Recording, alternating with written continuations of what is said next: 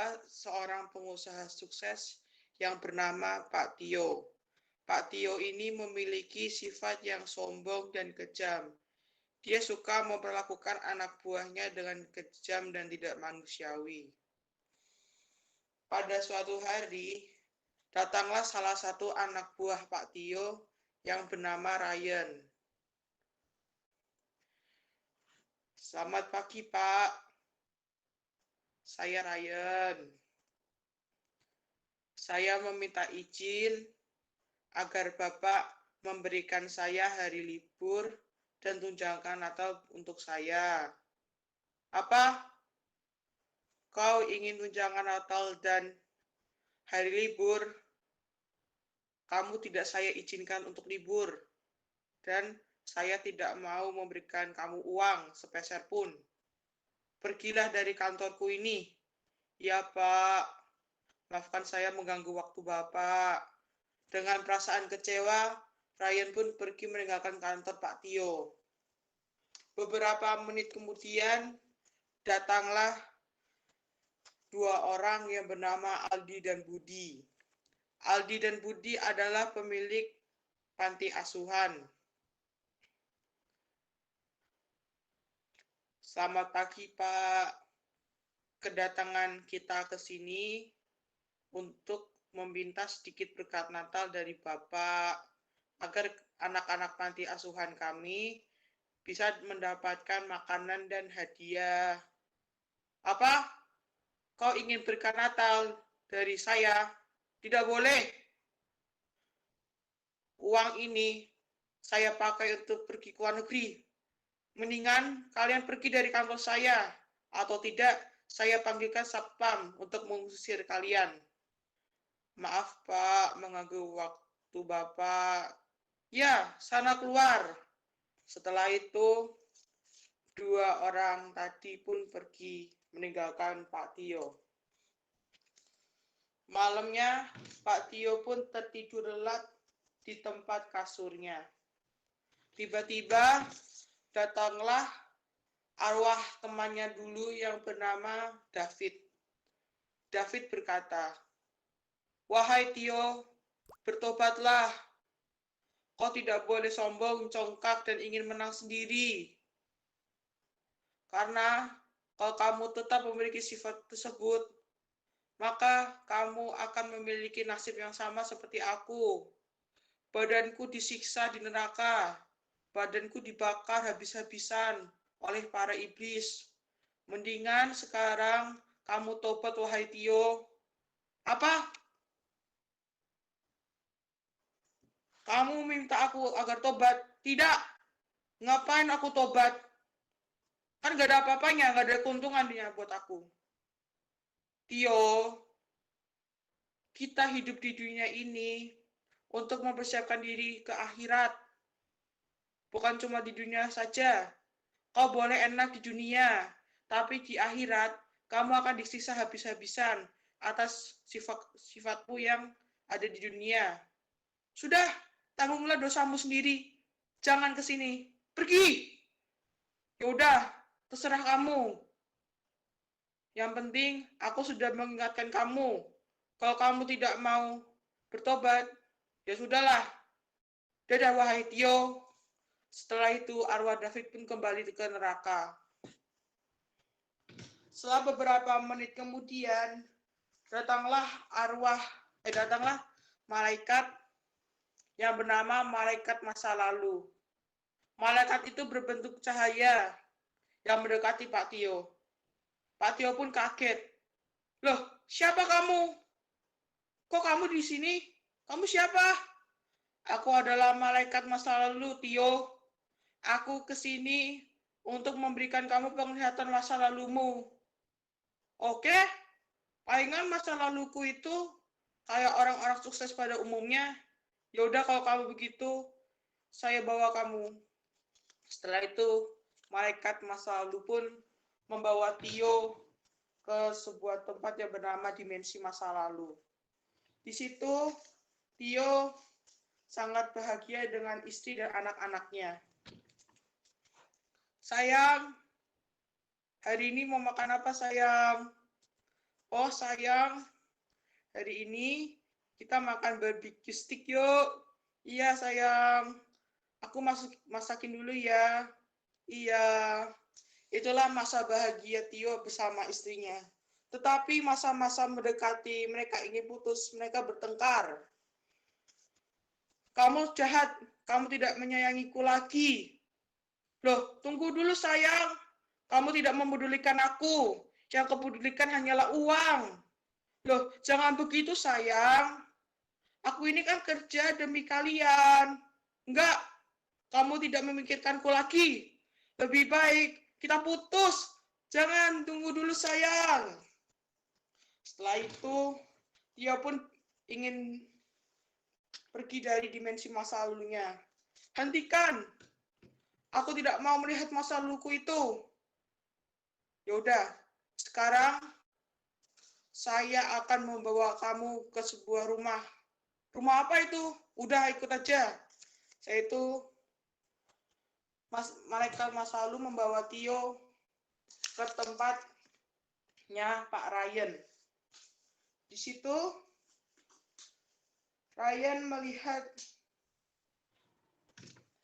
Tio melihat Ryan bersama anaknya. Wahai anakku, maafkan Bapak, hari ini Bapak tidak bisa mengikuti acara keluarga Natal bersama kalian. Loh kenapa Pak? Kan Bapak sudah janji. Maafkan Bapak nak, Bapak tidak bisa ikut. Bapak harus kerja untuk mengumpulkan uang dan membeli kaki palsu untuk salah satu saudaramu yang disabilitas. Begitu ya Pak? Iya sayang. Yaudah Pak, nggak apa-apa Pak. Yang penting kita bahagia dan Bapak bisa membantu saudaraku yang mengalami disabilitas. Iya, nggak apa-apa. Setelah itu, Rian pun dibawa ke sebuah panti asuhan.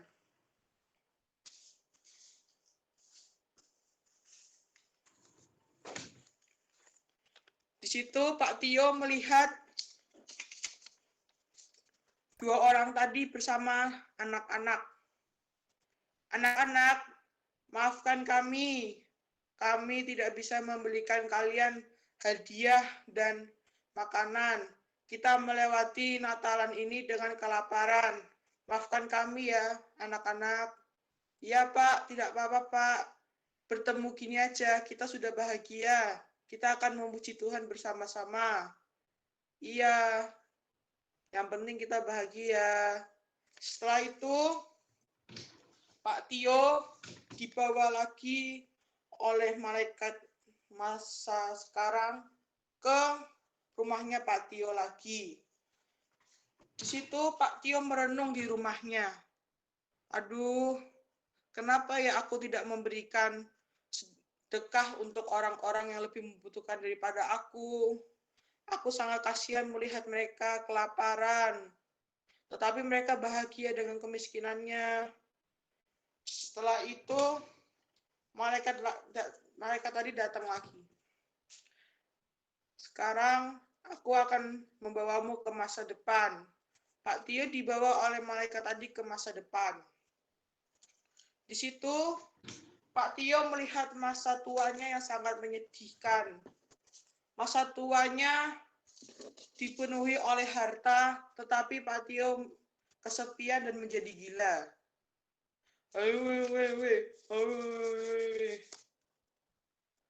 Setelah itu malaikat pun berkata, itukah masa depan yang kau inginkan? Kesepian, tidak ada siapapun di situ. Apa? Tidak mau. Aku tidak mau menjadi dia. Makanya itu, kau harus bertobat sebelum masa tuamu terjadi. Iya, aku akan bertobat. Aku akan memberikan sedekah untuk orang-orang yang membutuhkan. Ya, begitu. Setelah itu Pak Tio pun dibawa lagi ke rumahnya. Di situ Pak Tio merenung. Aku besok harus memberikan libur dan tunjangan Natal untuk anak-anak buahku. Ya sudahlah, aku akan tidur. Setelah paginya, Pak Tio buru-buru mandi dan pergi ke kantornya. Di situ Pak Tio memberikan pengumuman untuk anak-anak buahnya. Wahai kalian, tanggal 24 dan 25 kalian libur.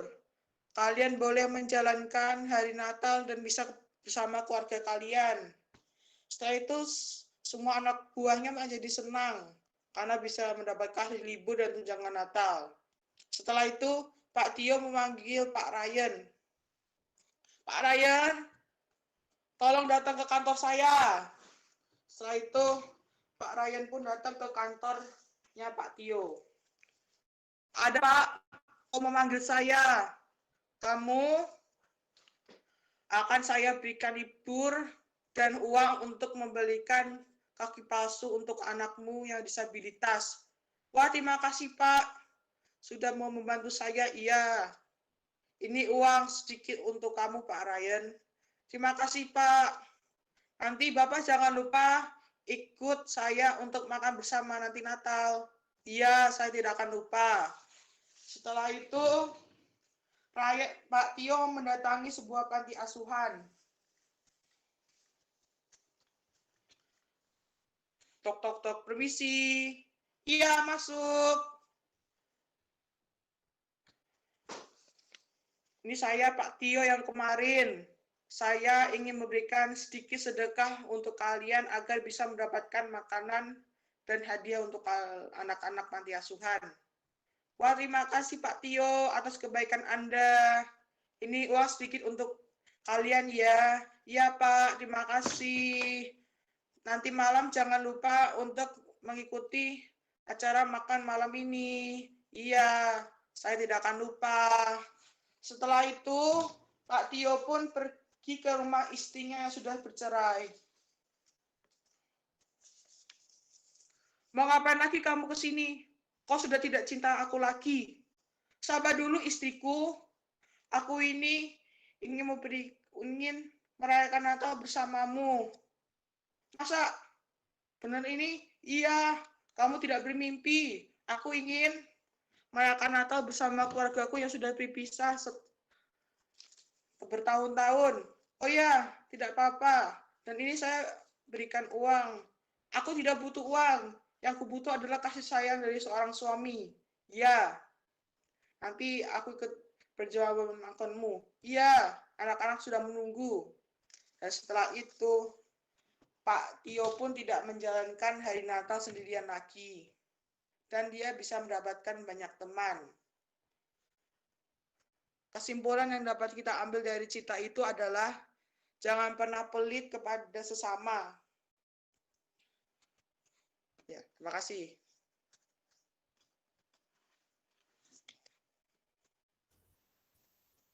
Ya, tepuk tangan Mbak Charles ya. Aduh, jadi terharu nih ya Charles ya.